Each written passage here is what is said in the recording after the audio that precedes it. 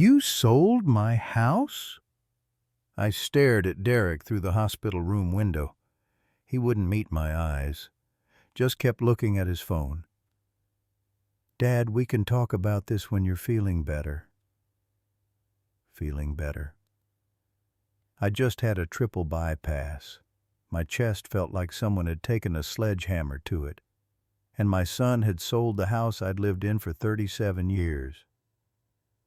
What Derek didn't know was that I'd made one phone call before he arrived.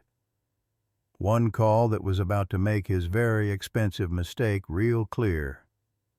Before we continue, please subscribe to the channel and write in the comments what time it is where you are now.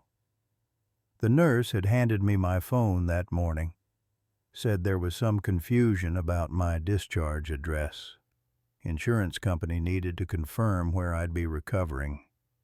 What do you mean, confusion? She'd looked uncomfortable. The address we have on file, apparently that property changed ownership last week. I'd been in the ICU for 6 days, flat on my back with tubes coming out of places I didn't know could have tubes. Emergency surgery. They'd cracked my chest open, rerouted 3 arteries, and told me I was lucky to be alive. Derek had visited once. Day 2. Stayed maybe 20 minutes. Said everything was handled. House was fine, bills were fine. Don't worry about anything, Dad. Just focus on getting better. I'd believed him. The nurse left me with my phone. I'd called my neighbor, Barbara. She'd been watering my plants, collecting my mail. Good woman. Known her 15 years. Thomas. Her voice had that careful quality people use when they're about to tell you something bad. Are you okay? I mean, beyond the surgery? Barbara, what's going on with my house? Silence. Then, you don't know. Know what? There was a moving truck there yesterday. 2 men loaded furniture for about 4 hours. Derek was there. He had a real estate agent with him. They put up a sold sign. My heart monitor had started beeping faster. A nurse came in, checked the machine, told me to stay calm. Stay calm. I'd bought that house in 1987. Martha and I had walked through it on a Sunday afternoon. 3 bedrooms, 2 baths, 1/4-acre lot. The kitchen needed work. The roof needed replacing. We'd seen past all that to what it could be. We'd made an offer that night. Derek had grown up in that house, learned to ride his bike in that driveway. I'd built him a treehouse in the backyard oak, spent 3 weekends on it. Martha had sewn curtains for the little windows. Every room had a memory. The bedroom where Martha died, holding my hand, telling me she loved me one last time. That was 4 years ago. Cancer took her in 7 months. I'd kept everything the same. Her books still on the nightstand, her coffee mug still in the cabinet. I knew it was probably unhealthy. Derek's wife, Amanda, had said as much. You need to move forward, Thomas, create new memories. But I wasn't ready. And now, apparently, I didn't have a choice. Derek had arrived at the hospital that evening. 6 o'clock. Visiting hours almost over. He'd walked in with Amanda. Both of them dressed nice. Derek in a button-down shirt, Amanda in something expensive-looking. I'd waited until they were both inside, until the door closed. You sold my house. Derek's face had done something complicated. Surprise, then guilt, then something that looked like irritation. Dad, we can talk about this when you're feeling better. I'm feeling fine. Talk now. Amanda had touched his arm, a warning. He'd ignored it. You had a heart attack, a major one. The doctor said you can't live alone anymore. You need assisted living or... So you sold my house. I sold your house to pay for memory care. Good memory care. The place we found is really nice, Dad. They have activities and I don't have memory problems. You're 72 years old. You had a major cardiac event. You need professional care. Amanda had jumped in then. Her voice had that smooth quality. Practiced. Thomas, we've researched facilities extensively. Meadowbrook has excellent ratings. Private rooms, full medical staff, social activities. How much did you sell it for? Derek had hesitated, just for a second.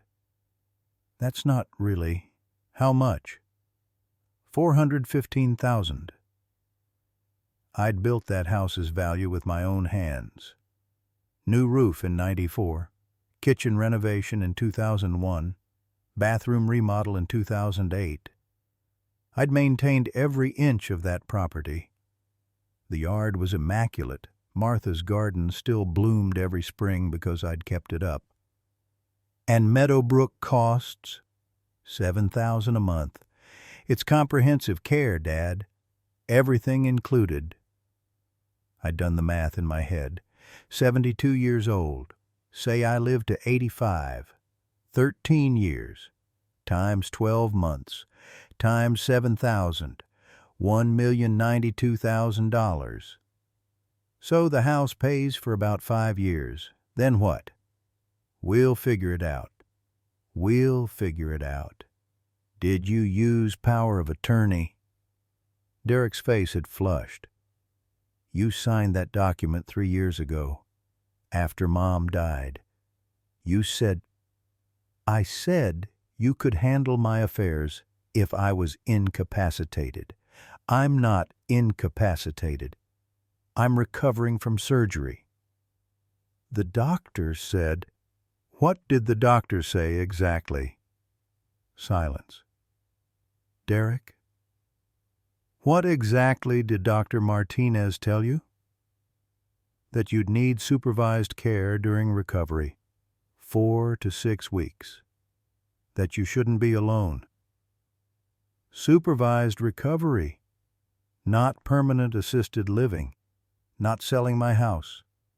Amanda had tried again. Thomas, we're trying to help. You can't climb stairs right now. Your house has stairs. You can't drive. You can't cook for yourself. I need my house. Dad. Derek's voice had changed. Harder. The sale closed yesterday. The buyers take possession in 2 weeks. It's done. It's done. Like it was a business deal, a transaction, not 37 years of my life. Get out. Dad, get out of my room. They'd left. Amanda had looked back once. Guilty, maybe, or annoyed that I wasn't being reasonable. I'd lain there in that hospital bed, chest aching, heart monitor beeping, staring at the ceiling tiles. My phone had buzzed an hour later. Text from Derek. Dad, I'm sorry you're upset, but this is for your own good. You'll understand once you see Meadowbrook. I'm handling the logistics. Don't worry about anything. Don't worry about anything. I'd started making calls. First call, my lawyer, Steve Morrison. I'd used him for the will after Martha died. Good man. Straight shooter. Steve, this is Thomas Brennan. I need to know something about power of attorney. If my son used it to sell my house while I was in the hospital, is that legal?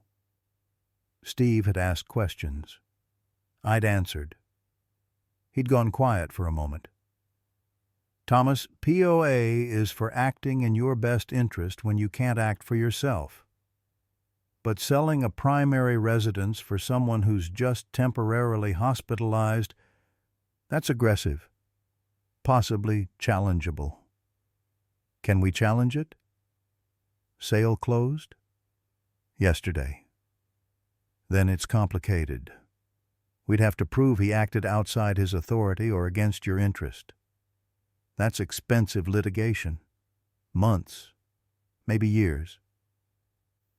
What if I revoke the power of attorney? You can do that today, but it doesn't undo what he already did. I'd thanked him. Ended the call. Second call, Barbara. I need a favor, big one. Name it. Can I stay with you when I'm discharged? 4 to 6 weeks. I'll pay rent. I'll stay out of your way. I just need somewhere that's not a nursing home.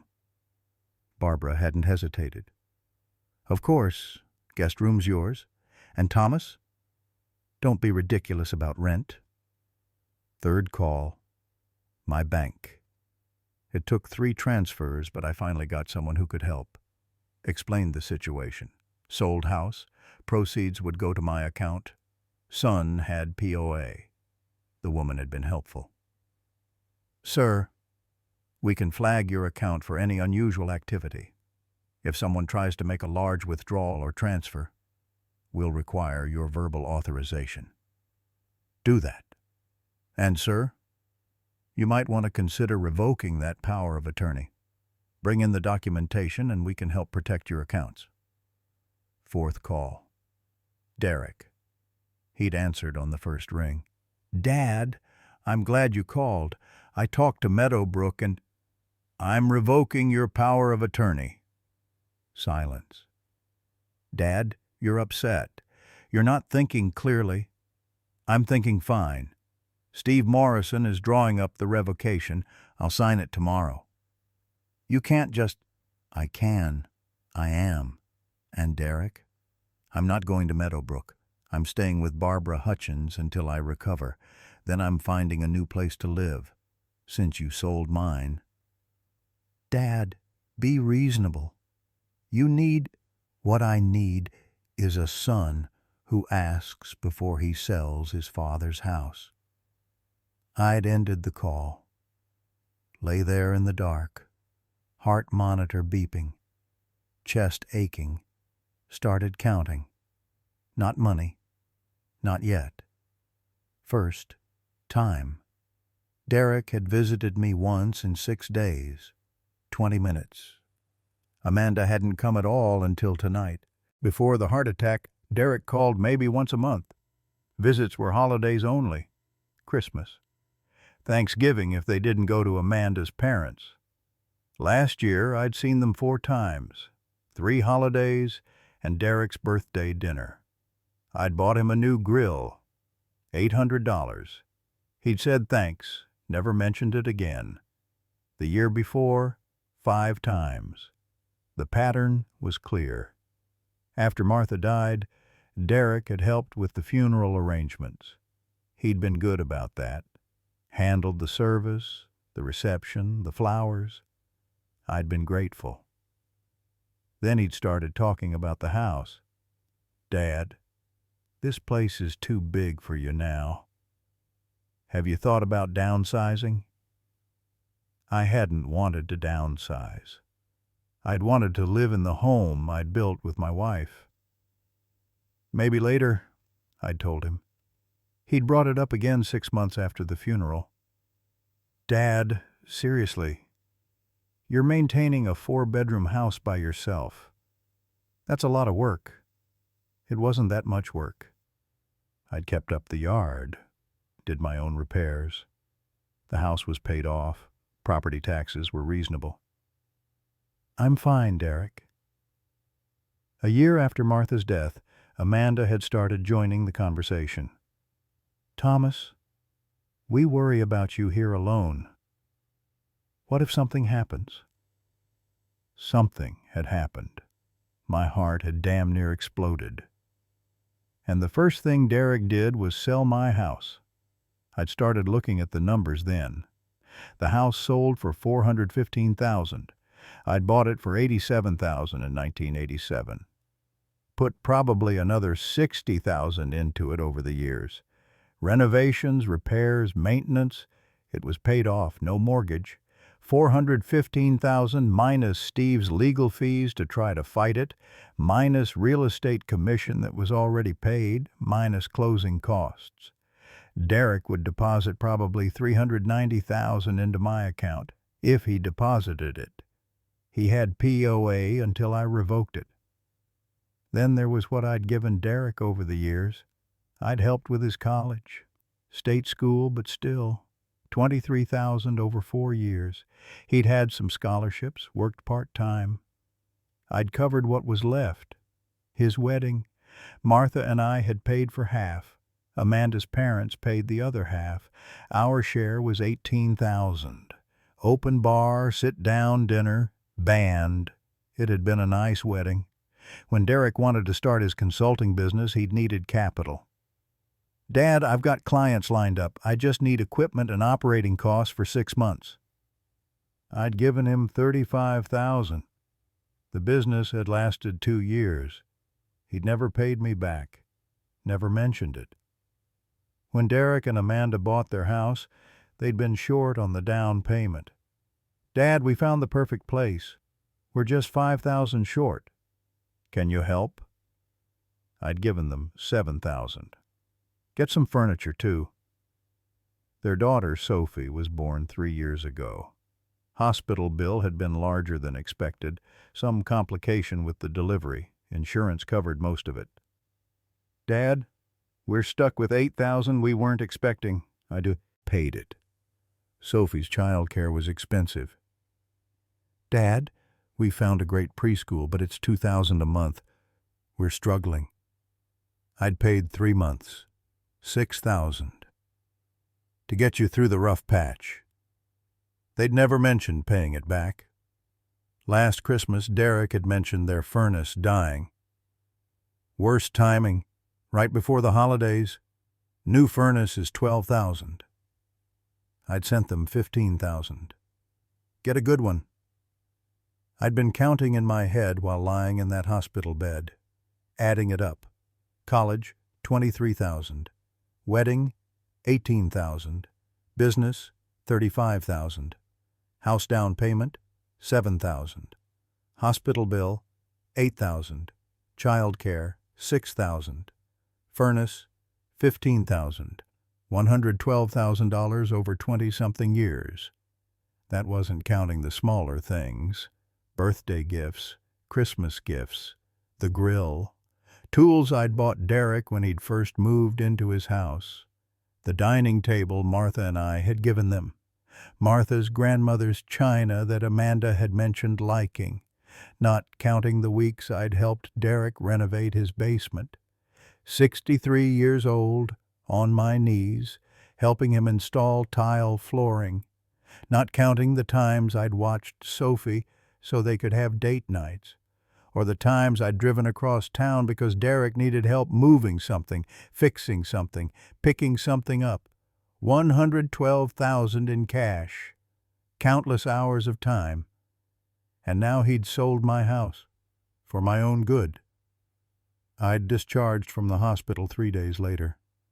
Dr. Martinez had wanted me to stay longer, but I'd insisted. I have somewhere to go. Someone to help me. Barbara had picked me up, driven me to her place. Guest room was ready, clean sheets, fresh flowers on the nightstand. She'd even bought the kind of coffee I liked. "You need anything? You say so," she'd told me. "Doctor said no lifting, no stairs, no stress. I'm enforcing that." I'd rested, taken my medications, followed the cardiac recovery protocol, and I'd planned. Steve Morrison had come to Barbara's house the next day, brought the POA revocation. I'd signed it. He'd filed it. "Thomas, I have to ask, what are you going to do about the house?" "Nothing." "Nothing?" "Sale's done. Fighting it costs money and time I don't have, but Steve, I need a new will." We'd spent 2 hours going over it. Steve had taken notes, asked questions, made suggestions. When he'd left, I'd felt better. My phone had been buzzing for days. Derek calling, texting. I'd ignored it. Finally, day 5 at Barbara's, I'd answered, "Dad, thank God. I've been worried sick." "Have you?" "The hospital said you discharged. You didn't go to Meadowbrook. Where are you? Staying with a friend. What friend? Dad, you need professional care. I need a place to sleep and someone to remind me to take my pills. Barbara's handling that fine. Barbara Hutchins? Dad, she's not qualified. She's qualified to be a good neighbor. That's all I need. Derek's voice had changed, frustrated. Dad, you're being stubborn. Meadowbrook is paid for, 3 months, fully covered. You should at least... You paid for 3 months? Yes. From the house proceeds I was handling. You spent my money on a nursing home I didn't agree to. It's not a nursing home. It's assisted living. And yes, I made an executive decision because you were unconscious. I was unconscious for 1 day. Then I was recovering. Not incompetent. Silence. Derek, how much are the house proceeds? What? The money from selling my house, how much is it? Dad, that's not... How much? $387,000 after all the fees and closing costs. And where is it? In your account. Where it should be. I'd checked my banking app while he talked. He was right. $387,000 had been deposited 2 days ago, minus the $21,000 you spent on Meadowbrook. That's... Yes. Without asking me. Dad. Derek's voice had that edge now, the one that meant he was done being patient. I'm going to say this clearly. You had a massive heart attack. You're 72. You can't live independently anymore. I sold the house because maintaining it was too much for you.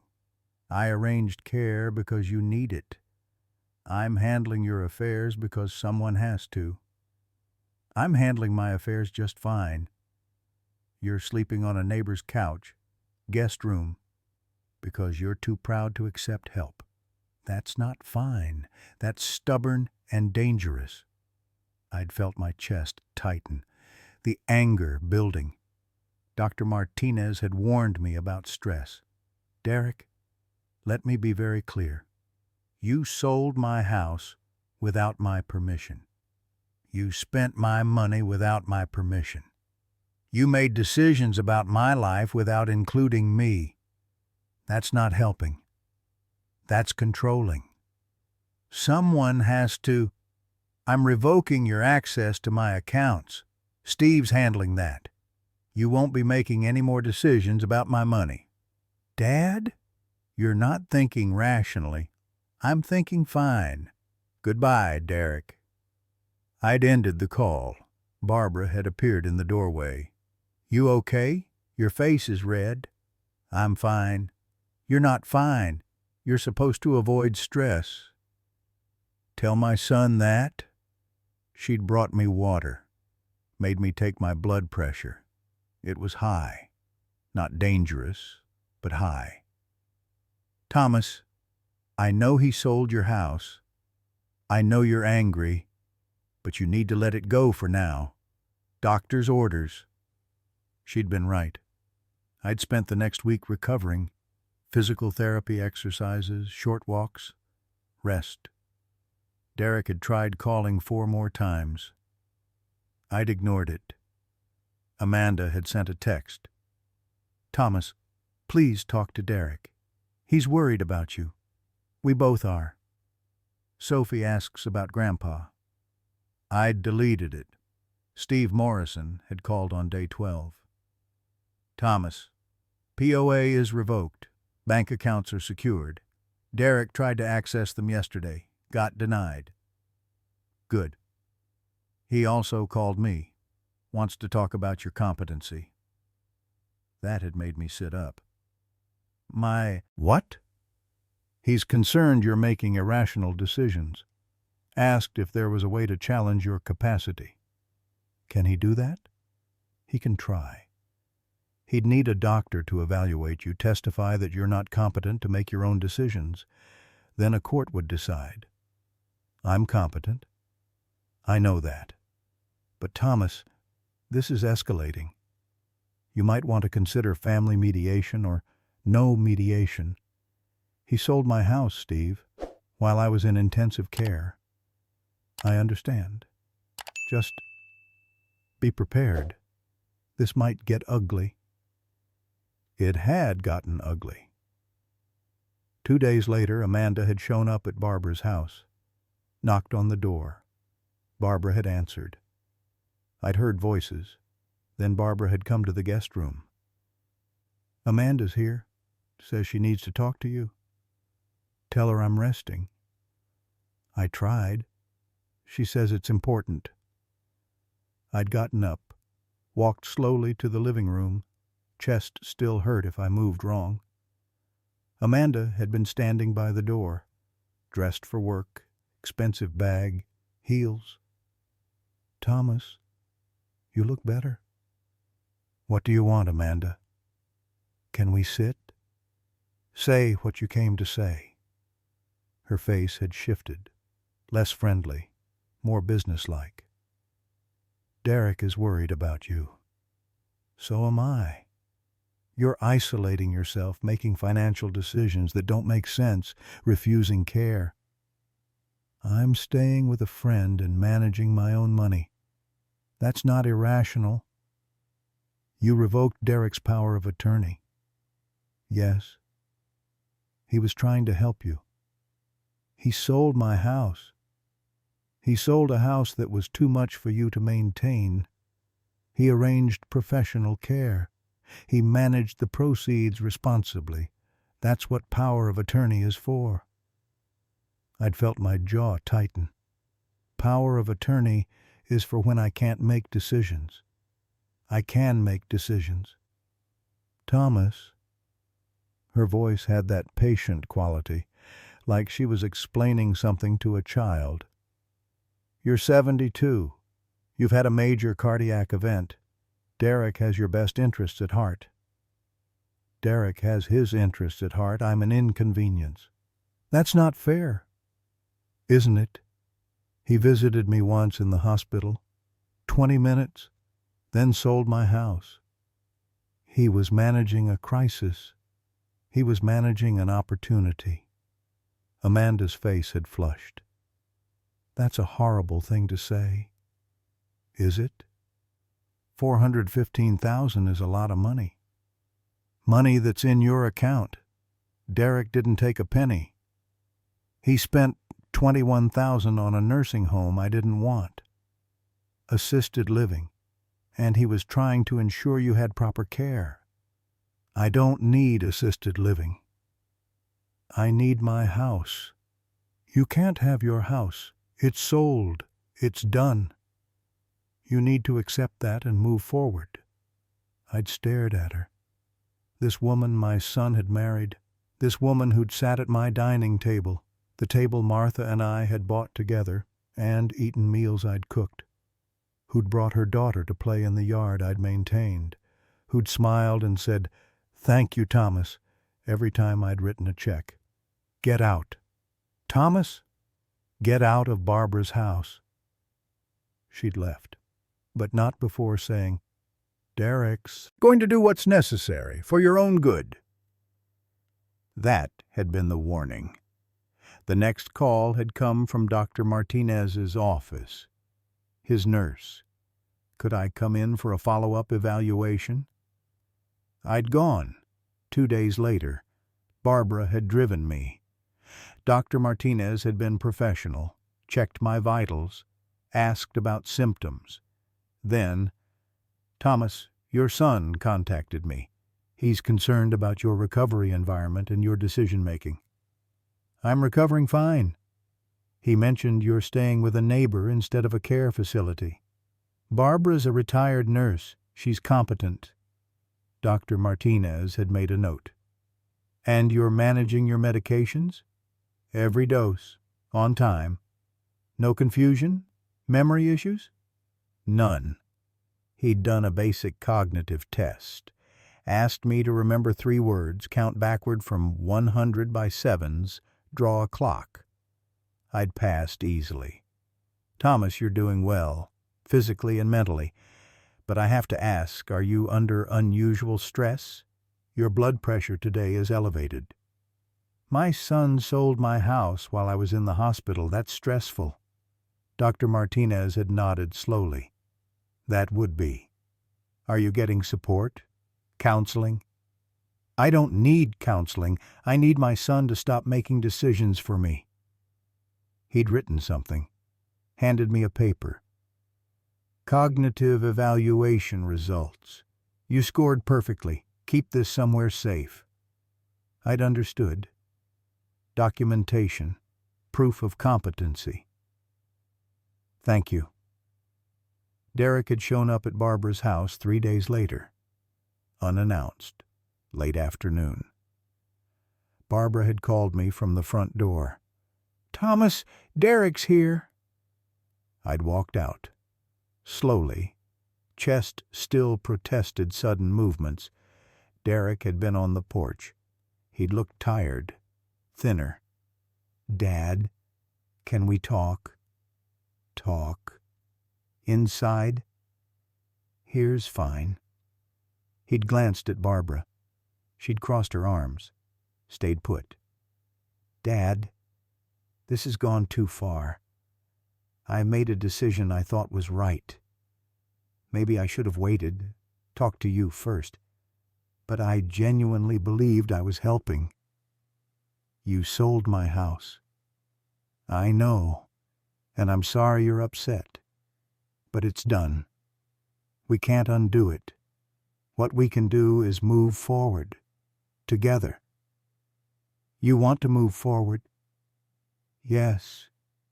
I want you safe and cared for. That's all I've ever wanted. Safe and cared for in a nursing home I didn't choose. Assisted living. And yes, I think that's the best option. I don't. Derek's face had changed. Harder. Dad, I've tried to be patient. I've tried to understand your perspective. But you're being unreasonable. You can't stay with Barbara forever. You need a permanent solution. I'll find one. With what? You don't have a house anymore. You have money, but finding a place, moving, setting up, Dad, that's too much for someone recovering from major surgery. I'll manage.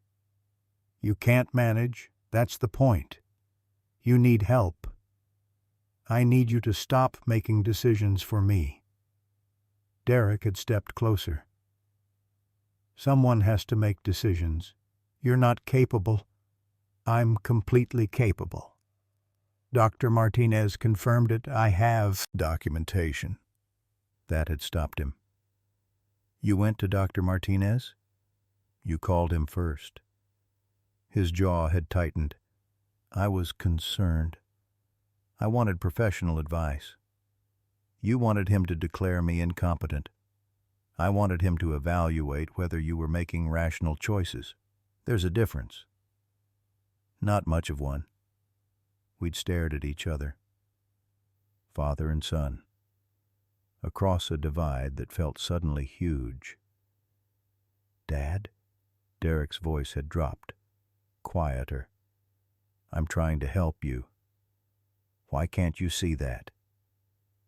Because help looks like asking what I want, not selling my house and telling me it's for my own good. You would have said no. Exactly. And then what? You'd be alone in that house, unable to maintain it, at risk every single day. That was my choice to make. The words had come out louder than I'd intended. My chest had tightened, pain flaring. Barbara had stepped forward. That's enough. Both of you. Thomas, sit down. Derek, you should go. Derek had looked at me. Something in his face. Anger, frustration, maybe hurt. Fine, but Dad, this isn't over. You need care. If you won't accept help willingly, I'll do what I have to do. He'd left. I'd sat down. Barbara had brought me water and my medication. What did he mean? He'll do what he has to do.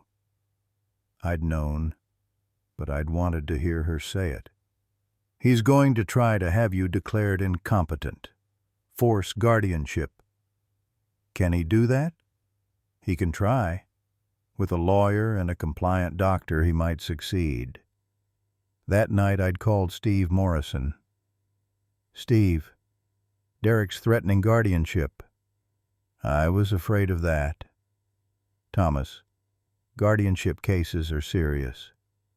If Derek can convince a judge you're not capable of caring for yourself, he could gain legal control over your person and your finances." "I'm capable." Dr. Martinez confirmed it. "That helps. But Derek can shop for doctors. Find someone who'll say you're in denial about your limitations. Paint you as a stubborn old man refusing care. What do I do? 2 things. 1, document everything. Keep records of your recovery, your daily activities, your financial management. Show you're competent and independent. 2, consider a preemptive move. What kind of move? Find a place to live. Move in. Establish that you're functioning independently. That undercuts Derek's argument. I'd spent the next week looking at apartments. Barbara had driven me. We'd seen 8 places. Most were depressing, small, dark. Walls thin enough to hear neighbors fighting. The 8th place had been different. Small complex. 4 units. Quiet neighborhood. First-floor apartment with 1 bedroom, kitchen, living room. Patio facing a garden. The landlord had been a woman in her 50s. Kind face. "I'll need first month, last month, and security deposit," she'd said. "That's $4,500 total." "I can do that today." She'd look surprised. "You don't want to think about it?" "I've thought about it." I'd written the check. Moved in 2 days. Later, Barbara had helped. So had her son, who'd driven a truck. I didn't have much. Clothes, books, a few pieces of furniture Barbara had been storing for me, things I'd grabbed from my house before the buyers took possession. The bedroom furniture Martha and I had bought for our 30th anniversary. The oak desk I'd built in my workshop. A few lamps, kitchen stuff, not much, but enough. Derek had found out within a week. He'd called. "Dad, you rented an apartment?" "Yes." "Without telling me?"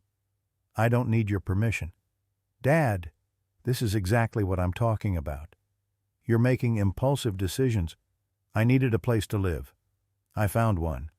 "That's not impulsive, that's necessary." "You should have consulted me. We could have found something better." "I like this place. It's a 1-bedroom apartment in a cheap complex. It's affordable and quiet. It suits me." Silence. Then, "Dad, I'm filing for guardianship." My chest had gone cold. "Derek, I've talked to a lawyer. I have documentation. Your heart attack, your refusal of care, your erratic financial decisions, I have grounds. I'm not erratic. You revoked POA out of spite. You're living in a budget apartment when you have $400,000. You're refusing family support. That's erratic. That's independent. We'll let a judge decide." He'd hung up. I'd sat there in my new apartment, holding my phone, hands shaking. Steve Morrison had been blunt when I'd called him. "Thomas, guardianship cases are hard to fight. The standard is whether you can care for yourself and manage your affairs. Derek will argue you can't. You'll have to prove you can." "I can." "Then document it. Bank statement showing you're managing money responsibly. Medical record showing you're following treatment. A statement from your landlord. Character witnesses. And Thomas, you need to stay calm. If you blow up in court, that helps Derek's case." The hearing had been set for 6 weeks out. I'd spent those weeks building my case. Bank statements organized, bills paid on time, documented, medical appointments kept, records copied, physical therapy completed, therapist's notes obtained. Dr. Martinez had written a letter. Patient is fully competent, managing his care appropriately, and making rational decisions about his living situation. Barbara had written a statement. Thomas is independent, responsible, and mentally sharp. He requires no more assistance than any person recovering from major surgery. My landlord had written one too. Tenant is quiet, pays rent on time, maintains his unit well. Steve had compiled it all into a folder. This is good. But Thomas, be prepared. Derek will have his own doctors, his own narrative. The courtroom had been small. Family court. Judge was a woman in her 60s, sharp eyes. Derek had been there with his lawyer, Amanda beside him. They'd both looked grim. I'd sat with Steve, hands folded, heart rate elevated but steady. Derek's lawyer had gone first. Painted a picture of a 72-year-old man in denial, recent heart attack, refusing appropriate care, making rash decisions, isolating himself. They'd had a psychologist testify, someone who'd never met me, talked about post-cardiac depression, cognitive decline, impaired judgment. Derek had testified. His voice had been calm, sad even. My father was always independent, strong, but after my mother died, he withdrew. When he had the heart attack, I was terrified. I thought I was doing the right thing, but he's angry with me. He's pushed away everyone who's trying to help. Amanda had testified. Thomas is a good man, but he's not accepting his limitations. He's living alone, managing complex medications, handling finances. It's too much. Then it had been our turn. Steve had entered all the documentation, Dr. Martinez's letter, Barbara's statement, bank records, therapy notes. Barbara had testified. Thomas is one of the most capable people I know. He's recovering beautifully. He doesn't need a guardian. He needs his family to respect his choices. I'd testified last. The judge had asked direct questions. Mr. Brennan, why did you revoke your son's power of attorney? Because he sold my house without asking me. That's not acting in my interest. That's acting in his idea of my interest. Why did you refuse Meadowbrook? Because I don't need assisted living. I needed post-surgical recovery support, which my friend provided. I'm capable of independent living. Your son suggests you're isolated. I'm not isolated. I'm selective. I choose to spend time with people who respect my autonomy. She'd made notes, asked about my medications. I'd listed them, dosages, timing, asked about my finances. I'd explained my budget, my rent, my savings plan. At the end, she'd looked at both sides. I've reviewed the evidence. Mr. Brennan is clearly competent. He's managing his health, his finances, and his living situation appropriately. The fact that his choices differ from his son's preferences doesn't constitute incapacity. Derek's face had gone pale. Petition for guardianship is denied. The gavel had come down. Derek had stood abruptly, walked out. Amanda had followed. I'd sat there. Relief washing over me. Chest tight, but not from my heart. From emotion. Steve had shaken my hand. You won. Barbara had hugged me carefully. Told you.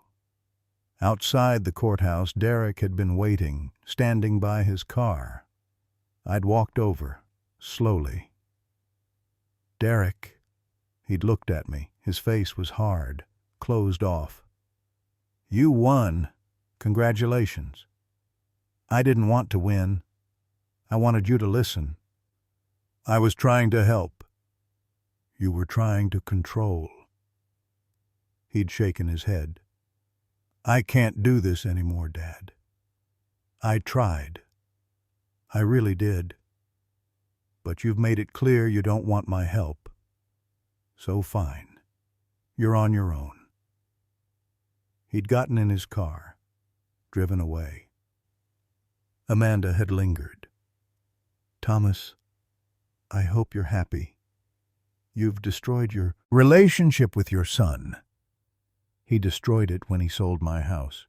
He was trying to protect you. He was trying to control me. There's a difference." She'd left, too. I'd stood there in the parking lot. 72 years old, heart still healing, family fractured, but free. That was 8 months ago. I'm still in my apartment, still independent, heart's stronger. I walk 2 miles a day now. Doctor says I'm doing great. Derek hasn't called, not once. I sent Sophie a birthday card with a check. $50. Never heard if she got it. Barbara still checks on me. We have coffee twice a week. She's good people. I've made friends in my building. Another retiree, Ed. We watch baseball together. His wife makes too much food and brings me leftovers. Steve Morrison helped me update my will. Everything's in order. The money from my house sale is invested. I live on my pension and Social Security. The nest egg sits there, growing. Sometimes I drive past my old house. New owners have painted it, changed the landscaping. Martha's garden is gone. It hurts, but less than it did. Last week, my phone rang, unknown number. I almost didn't answer. "Mr. Brennan, this is Meadowbrook Assisted Living. We show you have a prepaid stay that was never used. Would you like to schedule that or request a refund?" $21,000. Derek had paid it, never canceled it. "I'd like a refund, please." "Of course. We'll process that. Should be in your account in 7 to 10 business days." The money showed up 9 days later. I donated $10,000 to the cardiac unit at the hospital, the one that saved my life. The other $11,000 I put in an account for Sophie. College fund. She's 3. 14 years until she needs it. It'll grow. Maybe Derek will let her know about it someday. Maybe he won't. But it'll be there. I'm not angry anymore. That's what people don't understand. I was for a long time. Furious, betrayed. But anger takes energy. I don't have energy to waste. What I have is my life, what's left of it. I'm 72, had a heart attack, could have 5 years left, could have 25. However long it is, it's mine, my choices, my terms. Derek thought he was helping. Maybe he even believed it. But help that doesn't respect the person you're helping isn't help. It's control. I taught him that once when he was young. Apparently he forgot. That's not my problem to fix. My problem is living the rest of my life on my terms. In my apartment, with my friends, making my own decisions, even the bad ones, especially the bad ones, because they're mine to make. If you like this story, please like it, subscribe to the channel, and share your impressions in the comments. To listen to more stories, click on the window on the right. Thank you for being with us.